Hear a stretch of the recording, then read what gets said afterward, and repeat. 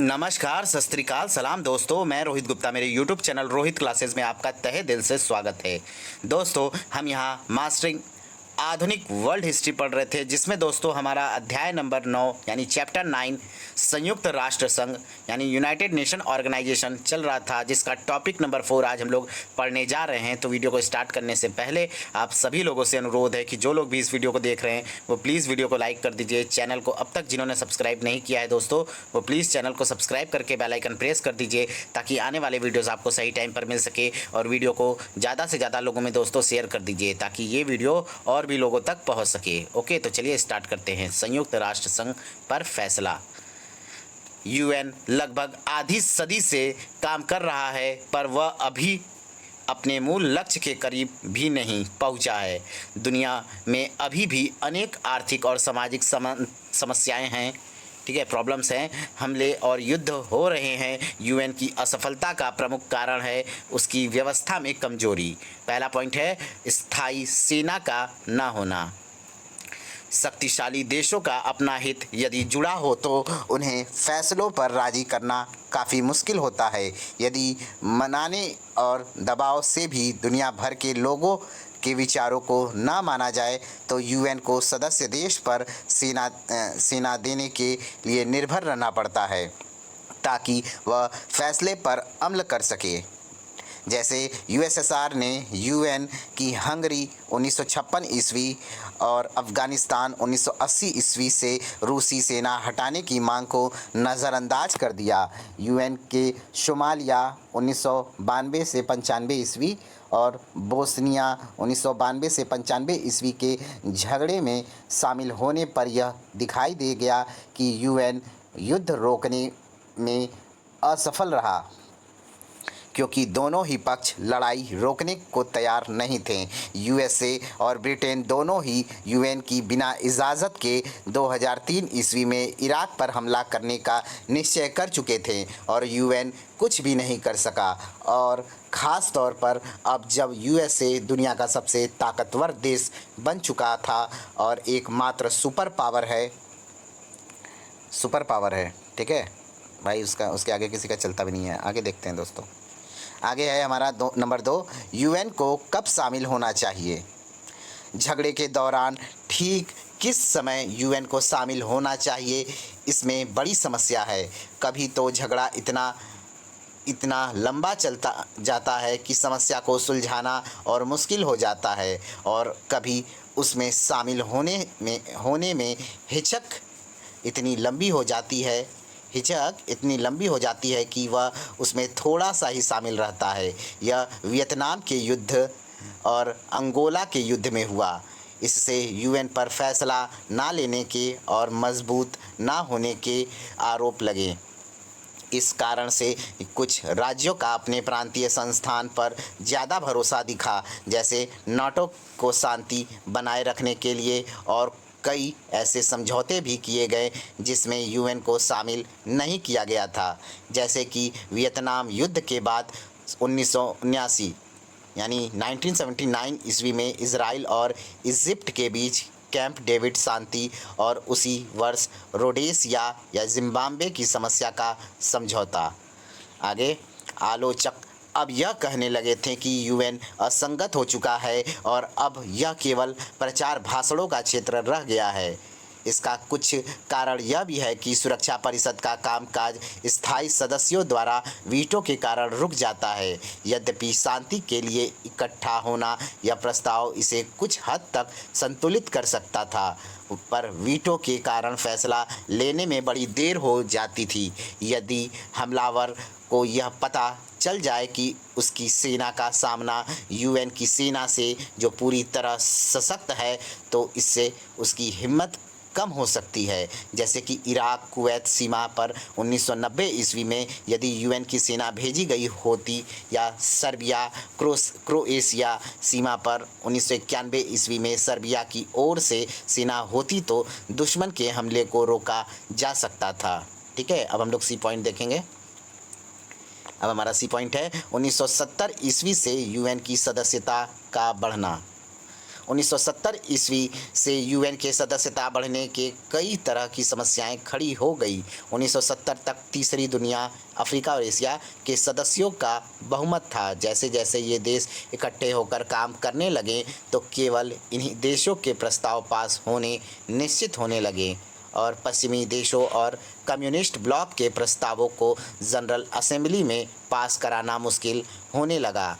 अब पश्चिमी देश अपनी तरह से चीज़ों को नहीं कर पा रहे थे, इसलिए उन्होंने यह आलोचना करनी शुरू कर दी कि तीसरी दुनिया का ब्लॉक बहुत पॉलिटिकल हो गया है।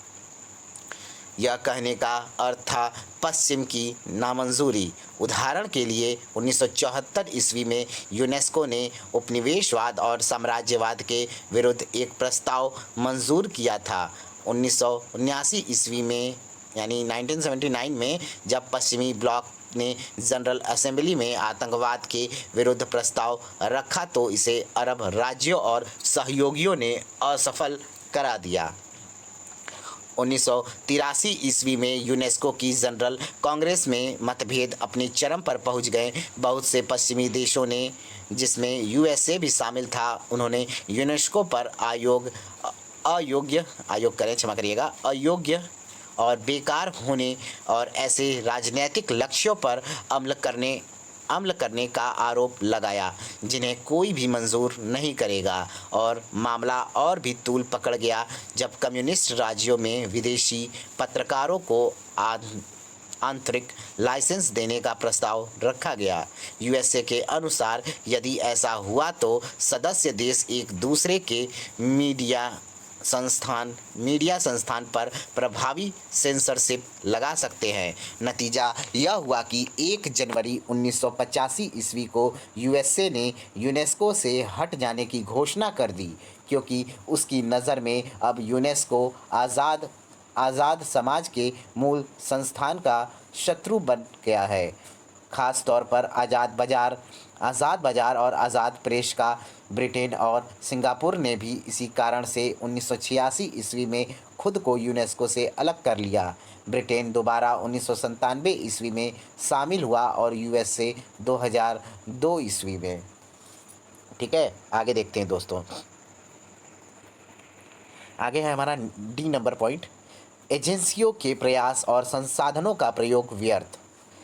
चलिए, बहुत सी एजेंसियां एक ही काम को दोबारा कर रही थी। आलोचकों का कहना था कि डब्ल्यूएचओ और एफएओ दोनों काफ़ी कुछ एक जैसे ही काम कर रही है।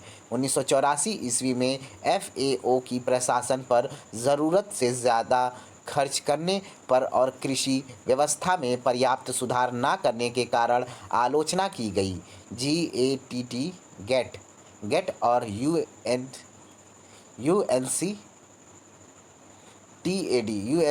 यूएनसीटीएडी भी एक दूसरे के विपरीत काम कर रही थी। गेट यदि किराया कम करने और किसी ऐसे काम का प्रयास करती तो व्यापार में रुकावट डाल रहा हो तो यूएनसीटीएडी तीसरी दुनिया के देशों के उत्पादन को प्राथमिकता देने का प्रयास करती। ठीक है, आगे है दोस्तों हमारा ई नंबर, फंड्स की कमी। आइए देखते हैं। यूएन में सदा ही फंड्स की कमी रही है। इसके व्यापक दायरे को सुचारू रूप से चलाने के लिए और उसके अभियानों के लिए एक बड़ी राशि की आवश्यकता रहती है। यूएन सदस्य देशों के द्वारा दी गई राशि पर ही पूरी तरह निर्भर है। प्रत्येक राज्य अपनी क्षमता और संपदा के अनुसार ही हर वर्ष अपने हिस्से की राशि यूएन को देता है। इसके अलावा सदस्य शांति बनाए रखने के अभियान में खर्च के अनुपात में अपना सहयोग देता है और साथ ही उनसे विशेष एजेंसी के खर्च के लिए भी सहयोग राशि देने की उम्मीद की जाती है। बहुत से सदस्यों के समय समय पर अपनी आर्थिक परेशानियों के कारण यह राशि देने में अपनी असमर्थता जताई है या यूएन की नीतियों से सहमत न होने के कारण यह राशि नहीं दी है। 1986 में आर्थिक दृष्टि से काफ़ी बुरा वर्ष था। 1986 का जो वर्ष था इकोनॉमिकल दृष्टि से दोस्तों ये बहुत ही बुरा वर्ष था। कम से कम 98 सदस्यों को यह राशि देनी थी। उनमें से प्रमुख था यूएसए, उनसे $100 मिलियन से ज़्यादा की राशि रोक ली। उसने मतलब यूएसए ने क्या किया था, $100 मिलियन से ज़्यादा की राशि को क्या किया था, रकम को रोक लिया था। और वह जब तक नहीं दी जब तक यूएन ने अपने बजट की व्यवस्था में सुधार नहीं किया और फालतू खर्चों पर रोक नहीं लगाई। अमेरिका के लोग चाहते थे कि जो देश ज़्यादा धन देते हैं उन्हें यह जानने का अधिकार होना चाहिए कि उस राशि को कैसे खर्च किया जाता है, पर अधिकतर सदस्यों ने इसे गैर प्रजातांत्रिक कहकर अस्वीकार कर दिया। श्रीलंका के एक प्रतिनिधि ने कहा कि हमारी राजनीतिक प्रक्रिया में अमीर लोगों के गरीबों से ज़्यादा वोट नहीं होते, इसलिए यूएन में भी उसी प्रक्रिया को अपनाना चाहिए। आगे देख लेते हैं दोस्तों। 1987 ईस्वी में इसमें बदलाव किया गया और यह तय हुआ कि प्रमुख वित्तीय सहायता देने वाला खर्च पर ज़्यादा काबू रखेगा और इससे जल्द ही आर्थिक स्थिति में सुधार आ गया। लेकिन 1990 ईस्वी में खर्च एकदम बढ़ गए क्योंकि यूएन कई प्रकार के संकटों में फंस गया। मिडिल ईस्ट यानी गल्फ युद्ध, यूगोस्लाविया और सोमालिया। अगस्त 1993 ईस्वी में यूएन के सेक्रेटरी जनरल डॉक्टर बुट्रोस घाली ने यह बात खोली कि बहुत से राज्यों को अभी बची हुई रकम देनी है। उन्होंने चेतावनी दी कि जब तक दुनिया के सबसे धनी देशों से तुरंत राशि नहीं आती है तब तक के लिए शांति सेना के अभियान रोक दिए जाएंगे। लेकिन तब भी अमेरिका और यूरोप के राज्यों ने सोचा कि वह तो काफ़ी रकम दे चुके हैं। यूएसए लगभग 30%, यूरोपियन कम्युनिटी लगभग 35% और जापान 11%, इन सब ने खर्च का 2/3 हिस्सा ही दिया था। और उनका यह सोचना था कि और भी बहुत से ऐसे संपन्न राज्य हैं जो जितना अब देते हैं उससे कहीं अधिक धन वो और दे सकते हैं। इन सभी आलोचनाओं के बावजूद यह कहना कि यूएन असफल रहा गलत होगा। इसमें कोई शक नहीं है कि इसके बिना दुनिया की दशा और भी खराब होगी। ठीक है, आगे देखते हैं दोस्तों। इसने विश्व को एक ऐसा संगठन दिया जहां दुनिया के लगभग 190 देश एक साथ बैठकर आपस में बातचीत कर सकते हैं। यहाँ तक कि छोटे से छोटा देश भी दुनिया के बीच अपनी बात रख सकता है। आगे देखते हैं दोस्तों। रख सकता है। यद्यपि यह युद्ध रोक नहीं पाया, पर निश्चित रूप से इसने बहुत जल्द ही कई युद्धों को खत्म किया और आगे के झगड़े रोके। यूएन की शांति सेना की कार्यवाही और शरणार्थी एजेंसी के द्वारा लोगों की अत्यधिक पीड़ा और मार काट को रोका गया। आज 2012 ईस्वी में लगभग 85,000 शांति सेना के सैनिक दुनिया भर में कार्यरत हैं। यूएन ने चिली और जायरे की दमनकारी सैनिक सरकारों ने जिस प्रकार मानवाधिकारों की अवहेलना की उसकी खोज करके और उनका प्रचार करके इस क्षेत्र में बड़ा ही महत्वपूर्ण काम किया। इस प्रकार अंतर्राष्ट्रीय दबाव से वह धीरे धीरे उन्हें प्रभावित करता रहा। आगे संभव उसकी सबसे बड़ी उपलब्धि थी आर्थिक, सामाजिक और तकनीकी क्षेत्रों में अंतर्राष्ट्रीय सहयोग को बढ़ावा देने में।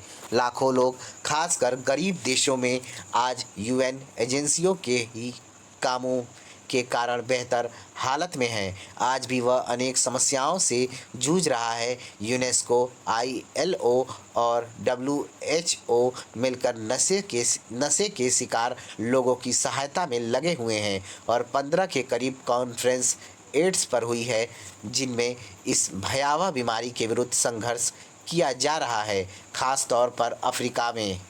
ठीक है, आगे दोस्तों हमारा है 9.7 हम लोग पढ़ेंगे यूएन का भविष्य क्या है। आइए इसे देखेंगे और इसके साथ ही दोस्तों अगर इसके आगे नहीं रहेगा तो इसके पश्चात हम लोग टॉपिक को फिनिश करेंगे। चलिए आगे बढ़ते हैं दोस्तों। बहुत लोगों का विचार था कि शीत युद्ध के खत्म होने पर दुनिया की समस्याओं का अंत हो जाएगा, पर सच तो यह है कि ऐसा नहीं हुआ।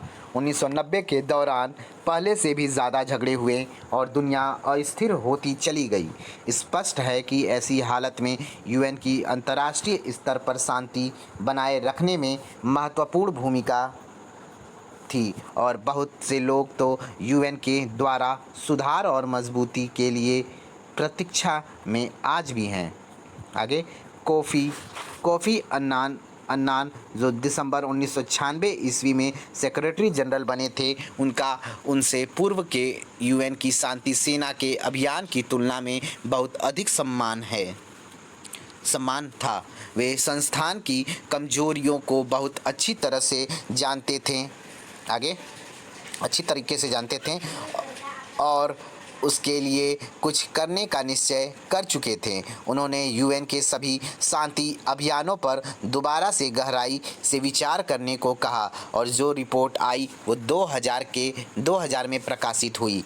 उसमें और भी कई चीज़ों के साथ कहा गया कि यूएन के पास स्थायी रूप से ब्रिगेड के आकार की 5000 सैनिक टुकड़ियां होनी चाहिए जो सदा तैयार रहनी चाहिए और मिलिट्री के विशेषज्ञों की कमांड में रहनी चाहिए। आतंकवाद का विस्तार, खास तौर पर न्यूयॉर्क में सितंबर 2001 पर हमला, उसने अन्नान को जो सेक्रेटरी जनरल के तौर पर अपनी दूसरी टर्म में थे, जल्द ही और सुधार के लिए कार्यसूची तैयार करने के लिए सितंबर 2002 विवश किया।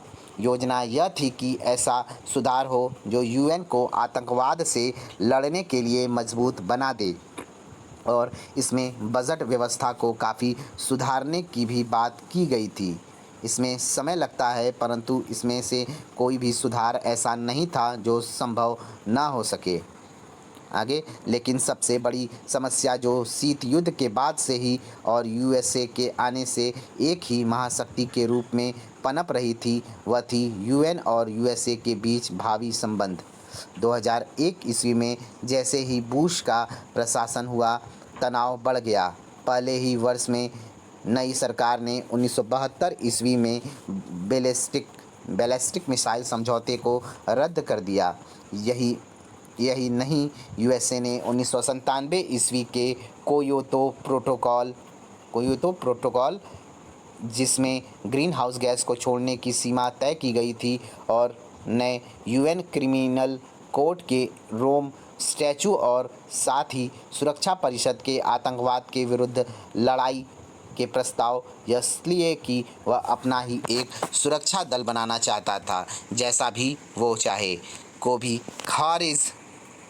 खारिज कर दिया। मार्च 2003 ईस्वी में तनाव अपने चरम पर था जब यूएस सरकार ने यूके के सहयोग और उसके भड़कावे पर बिना यूएन की इजाज़त के और अधिकतर यूएन सदस्यों की इच्छा के विरुद्ध इराक पर हमले का निश्चय कर लिया। यूएस के पास इतनी बेतहाशा ताकत थी कि यदि यूएन उसकी इच्छा के अनुसार ना चले तो वह जो जी चाहे वह कर सकता था, ठीक है, अपने इच्छा अनुसार काम कर सकता था। आगे, यूएन को वश में करने की अमेरिका की एक तकनीक थी सहानुभूति रखने वाले सेक्रेटरी जनरल से मिलने का समय सुरक्षित रखना। इसका सबसे बड़ा उदाहरण है कोफ़ी अन्नान, जो 1996 से 2006 तक सेक्रेटरी जनरल थे, जिन्होंने सदा दिल से यूएन के हर एक बड़े मामले में शामिल होने में अमेरिका का पक्ष लिया। केवल इराक को छोड़कर नवंबर 2006 ईस्वी में अन्नान के सेक्रेटरी जनरल के 2 टर्म के अंत होने के बाद उनकी स्मृति में जेम्स ट्रोप का इतिहास ऊंचाई तक पहुंचना उसका नाम की एक पुस्तक प्रकाशित हुई थी, ठीक है। जेम्स ट्रोप का इतिहास ऊंचाई तक पहुंचना उसका नाम की एक पुस्तक प्रकाशित हुई थी। 1993 ईस्वी से अन्नान सभी शांति अभियानों का कर्ता धर्ता था और सेक्रेटरी जनरल थे। बुट्रॉस घाली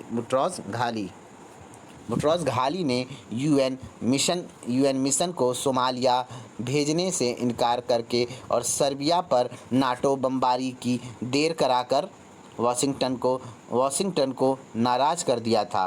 पर दोनों ही घटनाओं में अन्नान ने अमेरिका का साथ दिया था। 1996 ईस्वी में ऐसे संकेत मिल रहे थे कि बुट्रोस घाली का पद अगले 5 वर्ष के लिए बढ़ जाएगा, पर राष्ट्रपति क्लिंटन उससे छुटकारा पाना चाहते थे। क्लिंटन के प्रशासन का लगातार यह दबाव था कि बुट्रोस घाली की जगह कोफी अन्नान को ही चुना जाए। यही नहीं, जब नाटो ने 1999 ईस्वी में यूगोस्लाविया में बमबारी की, तब यूएन चार्टर के अनुसार जो नियमों का उल्लंघन था उसे दोषी ठहराने की बजाय, जो कि निश्चित रूप से था, अन्नान ने घोषणा कर दी कि यह कानून के अनुकूल था। आगे दोस्तों देख लेते हैं, कानून के अनुकूल था। लेकिन 2003 ईस्वी में इराक पर किए गए हमले ने अन्नान के लिए बड़ी मुश्किलें कर दी। जब यूएस और ब्रिटेन ने मिलकर बिना दूसरी सुरक्षा परिषद के प्रस्ताव की मंजूरी के हमला कर दिया, तब अन्नान को विवश होकर कहना पड़ा कि हमला गैर कानूनी था।